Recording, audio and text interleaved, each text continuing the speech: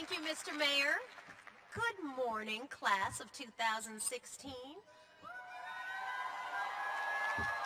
Thank you for allowing me to be part of your celebrations. Today is a big day. You are surrounded by those who love you best and who really are responsible for getting you so far. Your parents are here, your grandparents, your siblings, your friends.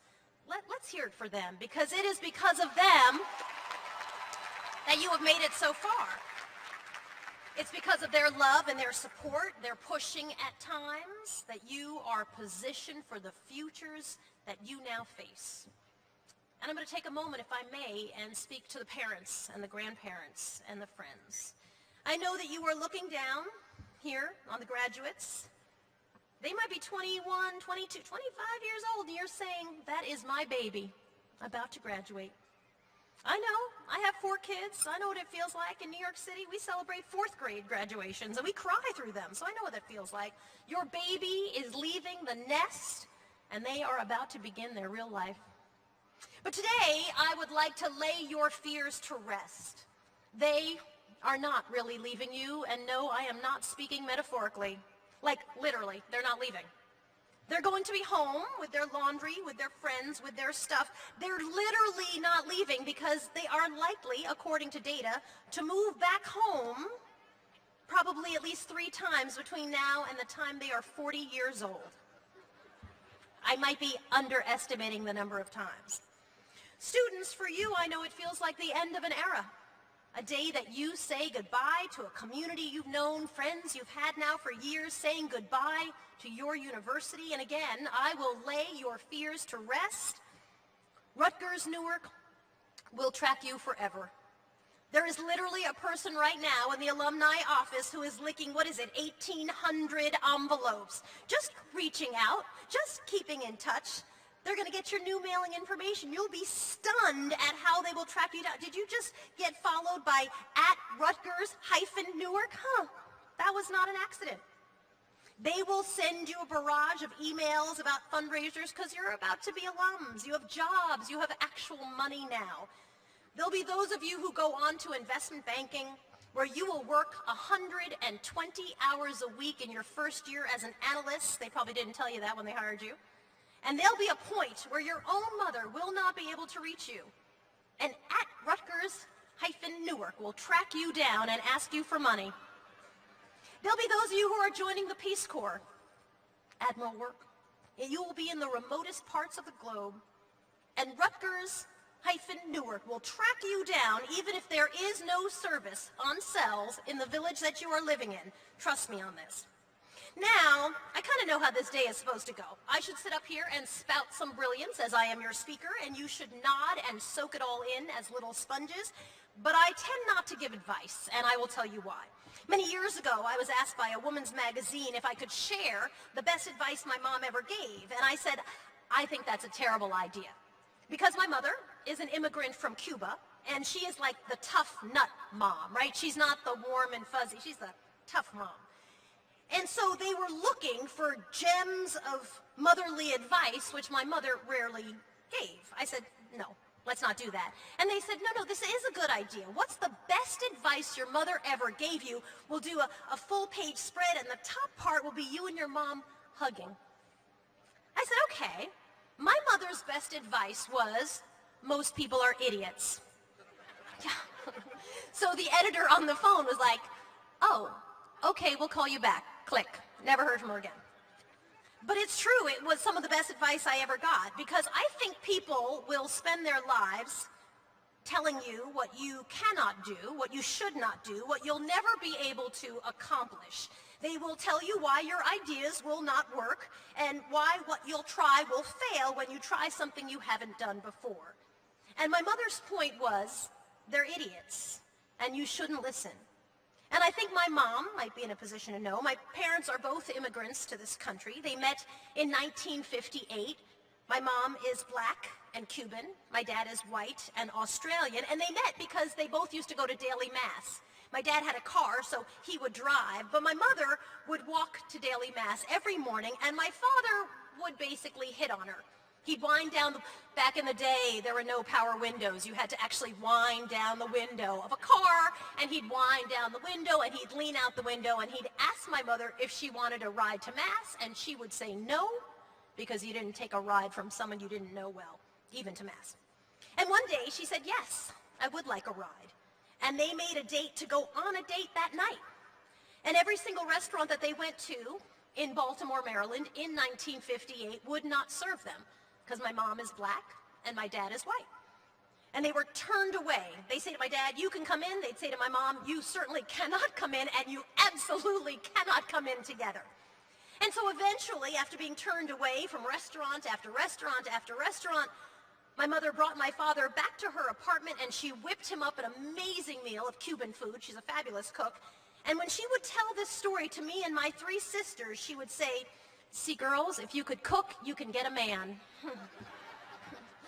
I like to say, I can't make it, I'm a horrible cook, but I can make it happen.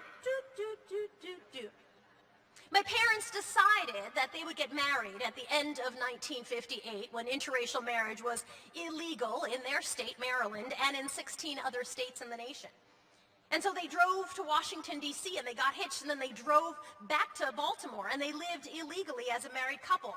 And when their friends said to them, whatever you do, don't have children, because biracial children will not fit in this world, I'm number 5 of 6. My parents were terrible listeners every step of the way. And so from that, I think I've learned, do not listen to other people's take on the life you should lead. My parents were excellent role models in not listening. And so I won't give you any advice today. I'll just tell you what I've seen. By not listening, you can figure out what your heart is telling you to do. When I was an undergrad, I was studying English and American literature, and I was pre-med, and eventually I realized that telling stories was likely my passion. And I switched, and I started working at a local TV station. Kind of worked out. Now I travel the globe reporting stories. Not taking advice means you'll break through boundaries, those walls that exist that make us feel like we're different from people we meet. Not taking advice means you'll stop looking for meaning in things that have no meaning, like some relationships are just not meant to be. Delete those numbers from your phone and move on. Bad things sometimes happen, and they'll continue to happen until good people get in the way. I've seen this time and time again in every story that I've covered. So be that good person. Decide what you want to be, and I'm not talking about a job. I'm talking about the kind of person you want to be. It is up to you and no one else. People can be mean and unfair, but far, far more people are good, and they're generous, and they're helpful, and they're hopeful, and that means you're going to have to lead with an open heart. And it also means that little heart is going to be stomped on probably a few more times than you'd like. But if you go where your passion and your heart leads you, I guarantee you can have some incredible experiences. I have. Leaning in, as Sheryl Sandberg likes to say, is an important thing to do. And it's not just a strategy for women in business early in their careers. I think it is advice for us all. But I would add, lean in and use your voice, and lean in and make change where it needs to be made, and lean in and invest your heart and your soul in ideas and people that maybe others don't care for, or maybe they don't even see the value in. Because leaning back when you're young is just another word for cynicism. And that is not clever when you have been given all the advantages that you've been given if you have been educated here at this institution. Use your power as millennials to make change. Today, millennials in the workforce often just confuse older people. I attended a conference recently where business people sat around discussing their strategies for attracting and retaining millennial employees, and they discussed how their youngest employees came together to advocate for change within the company around parental leave. And millennials felt it should be for both men and women who were new parents. The corporate leadership listened, and the policy was quickly changed. That differs a lot from my very first boss at WBZ-TV in Boston, who I should name, but he'll remain nameless. He used to like to say, listen, there's a 747 flying over this building right now full of people who'd love to have your job, so suck it up. Today, we are not telling millennials that. And that means you have power to make change and impact real people. And it is a responsibility not to take lightly. In 1958, my parents were living as a married couple in Baltimore, Maryland, and my mother would tell me the story of how people would spit on them as they walked down the street with my two older sisters. And I would say to her, "Oh my God, how did you deal with that? What did you do?" And she would say, "Oh, Lovey," she calls me Lovey, "Oh, Lovey, we knew America was better than that. And we knew we could be part of making it better." And she knew that if you were knocked off your path anytime anybody spit on you, whether it was literally or metaphorically, you might not get where you were trying to go. Because she had a dream, which was the American dream, and a dream which she would realize coming out of poverty in Cuba, all 6 kids of hers graduating from college, and her grandchildren in college today. So please, as my mother would advise you if she were here, don't listen to idiots. Figure out your dreams and be brave enough to go and live them. Otherwise, as a friend has said to me, someone will hire you to help with their dream, and that doesn't sound quite so fulfilling, does it? Today, you begin new and amazing things, and you also begin a lot of mundane crap as well. For some of you, yeah, you should learn to work a fax machine. I spent my first years out of college answering phones and removing staples from walls. But we often describe our passion, finding our passion, as a bolt of lightning. I found my passion and went on to paint the Sistine Chapel. No, actually, it's a slog. The path to passion is actually a daily step of trying and sometimes failing, of reaching goals and sometimes realizing they weren't the right goals. It is not a thunderclap. It is a slow, chip-away-at-it process. I got my toe in the door of TV news and discovered many things that I hated to do, and a couple of things that I like to do. I got good at taking coffee orders and figured out which reporters were helpful to young Gen Xers like myself. I did overnight shifts until I could knock out a 30-second story on overnight fires in my sleep. I got a local TV reporting gig and did live shots holding large fish, I kid you not, and once did a compelling interview about a cat that was believed to be reincarnated from a roommate in Berkeley, California. Not my finest work, my husband kindly said. I stood on the Bay Bridge in San Francisco in a windstorm telling people to not stand on the Bay Bridge in San Francisco in a windstorm because it was dangerous. And in doing often cliched and lame reporting, I discovered a whole world I never knew about, which was actual people and actual, real, untold stories and systems that sometimes failed them. And their stories would keep me up at night, and I couldn't just tell them and go. I wanted to stay and connect the dots and highlight those people whose work was effective. And I discovered, after about 15 years, my actual passion, which was leveraging the power of a microphone to bring attention to an undercovered story.